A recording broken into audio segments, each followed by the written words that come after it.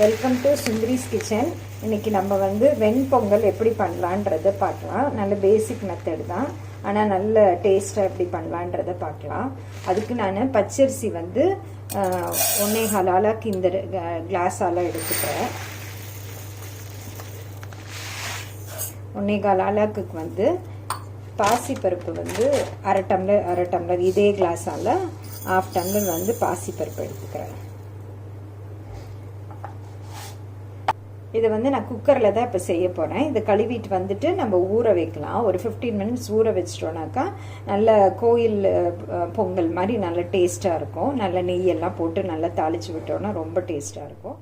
நல்ல குழைவாக இருந்தால் தான் பொங்கல் நல்லாயிருக்கும். அதனால் நான் வந்து இந்த அதே கிளாஸால் ஒரு 5 டம்ளர் தண்ணி ஊற்றிக்கிறேன்.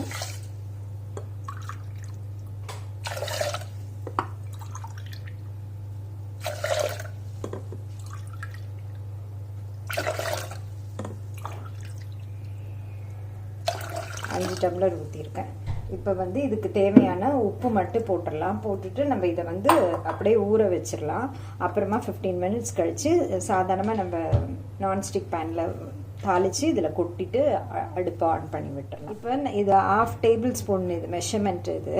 அதில் வந்து நான் வந்து இப்போ வந்து இதில் வந்து ஒரு 1/4 இது ஆல்ரெடி ஃபுல் இது போட்டுட்டேன். இப்போ ஒரு பாதி 1.5 ஸ்பூன் வந்து உப்பு போட்டிருக்க கல் உப்பு.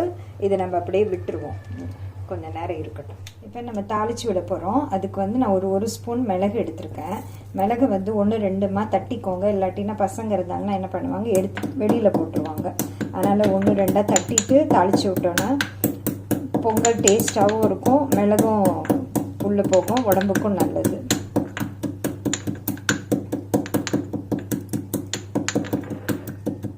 இப்போ பொங்கலை தாளிச்சிடலாம்.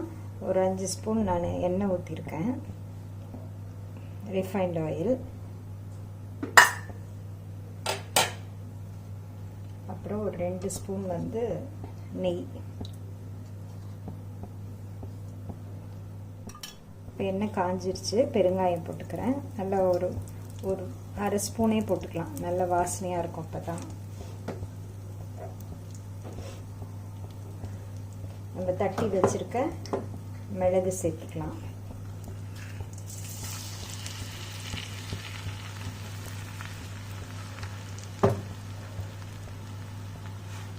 ஒரு 1/2 ஸ்பூன் சீரகம்.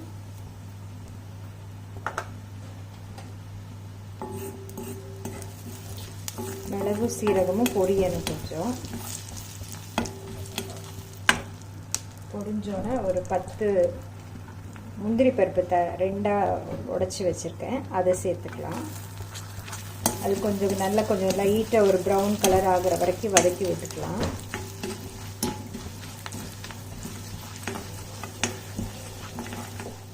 இப்போ நம்மளோட முந்திரி பருப்பு வந்து கொஞ்சம் நல்லா ப்ரௌன் கலராக வந்துருச்சு. சின்ன ஒரு துண்டு வந்து இஞ்சி தட்டு வச்சுருக்கேன், அதையும் சேர்த்துக்கலாம். ஒரு கொத்து கருவேப்பிலை. இஞ்சி இதெல்லாம் சேர்க்குறதுனால நல்ல வாசனை நல்லாயிருக்கும். இப்போ நம்ம அடுப்பை ஆஃப் பண்ணலாம். இந்த இதை எடுத்து நம்ம அப்படியே அந்த அரிசி பாசிப்பருப்பு கழுவி வச்சுருக்கோம் பாருங்க, அதில் சேர்த்துடலாம். இப்போ இதில் நம்ம தாளித்து வச்சுட்டதை குக்கரில் சேர்த்துட்டு நல்லா கலந்து விட்டுட்டு நம்ம குக்கரை மூடி ஒரு 4 விசில் கொடுக்கலாம்.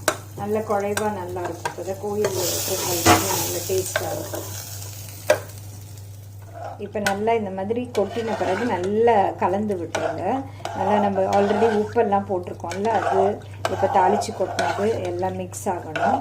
மிக்ஸ் ஆகிட்ட பிறகு இது மேலேயே என்ன பண்ணுறேன், இன்னும் ஒரு 2 ஸ்பூன் எண்ணெய் ஊற்றுறேன். நான் நெய் ஊற்றுறேன். நெய் ஊற்றிட்டு நல்லா கலந்துட்டு நம்ம ஒரு 4 விசில் கொடுத்து நம்ம குக்கரை ஆஃப் பண்ணிடலாம். இப்போ நான் குக்கரை ஆன் பண்ணி விட்டுறேன். இப்போ நான் குக்கர் வச்சுட்டேன். சிம்லேயே வச்சு பண்ணுங்க, இல்லைன்னா பாசிப்பருப்பு வந்து பொங்கி வழிஞ்சிரும். அதனால சிம்லேயே வச்சு பண்ணுங்க. இப்போ நம்மளோட விசில்லாம் போயிடுச்சு, ஸ்டீம் எல்லாம். இப்போ நம்ம ஓப்பன் பண்ணி பார்க்கலாம் பொங்கல் எப்படி ரெடி ஆயிருக்குன்னு. பாருங்கள், சூப்பராக ரெடி ஆயிருக்கு.